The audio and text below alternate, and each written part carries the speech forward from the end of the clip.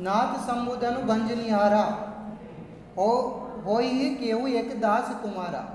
यहाँ पर क्या कहता है कवि तुलसीदास जी कहते हैं, अगर इसका अपन को संदर्भ देना है तो क्या हो जाएगा, प्रस्तुत पद्यांश हमारी पाठ्य पुस्तक क्षितिज भाग 2 तुलसीदास द्वारा रचित रामचरितमानस के बाल कांड से लिया गया है। रामचरितमानस के बाल कांड से, ध्यान रखें। पाठ्य पुस्तक में राम और परशुराम के क्रोध, राम जो है परशुराम के क्रोध को शांत करने के लिए विनम्र वाणी में निवेदन कर रहे हैं। देखो क्या निवेदन कर रहे हैं, नाथ शंभुधनु बंध निहारा, नाथ यानी कि हे स्वामी, शंभुधनु शिव जी के धनुष को, बंध निहारा तोड़ने वाला, हो ही यानी होगा, केहू एक कोई एक, दास तुम्हारा आपका ही सेवक। दास का मतलब होता है सेवक। हे स्वामी, शिव जी की धनुष को तोड़ने वाला आपका ही कोई सेवक होगा। आयसु काह, आयसु यानी आज्ञा, आज्ञा, आयसु का मतलब होता है आज्ञा, काह यानी कि क्या है, कहिए किन मोही, आप मुझसे क्यों नहीं कहते, अरे की आज्ञा दीजिए आप मुझसे क्यों नहीं कहते, क्या आज्ञा है। सुनी रिसाए बोले मुनि को ही, सुनी रिसाए, रिसाए यानी क्रोध में बर करके, तो ये सुन करके क्रोध में बर करके बोले मुनि को ही, बोलते हैं मुनि यानी कि मुनि परशुराम जी, को ही यानी क्रोध में बर करके, तो मुनि परशुराम जी क्रोध में बर करके बोलते हैं, सेवक सो जो करे सेवकाई, अरे कि सेवक यानी सेवक तो सो जो वह होता है करे सेवकाई, जो सेवा का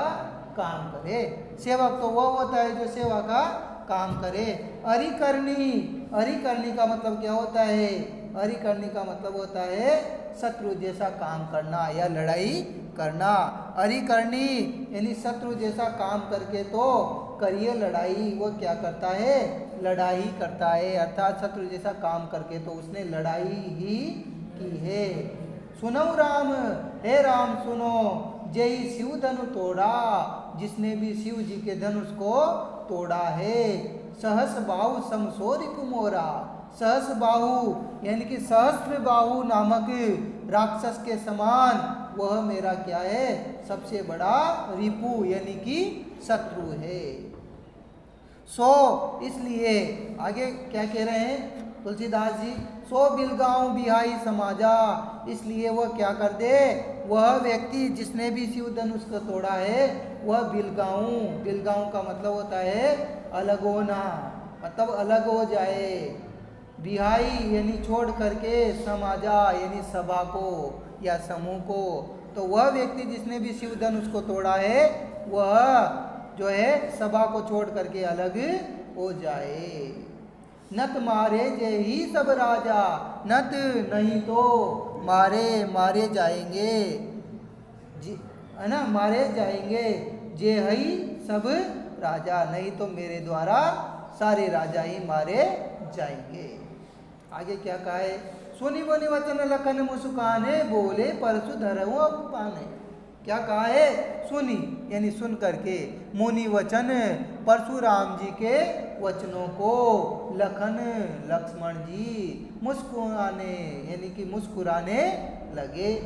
और बोले परशु धरऊ अपमाने, और क्या करने लगे, परशुराम जी मुस्कुराने लग गए, और जो है उस परसे की तरफ देखते हुए, परशु